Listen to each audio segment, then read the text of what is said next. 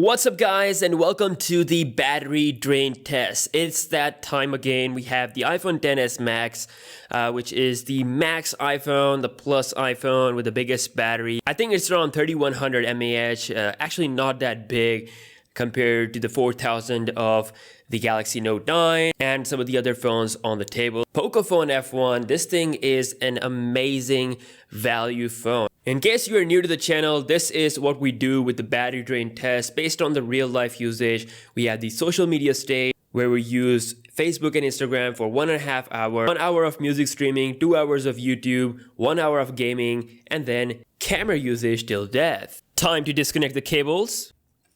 And we're gonna start the timer as well. Let's go. The only connection we have is the Wi-Fi network, and I've set the brightness to an optimal level. So kick back, relax, and as always, I will see you guys on the other side.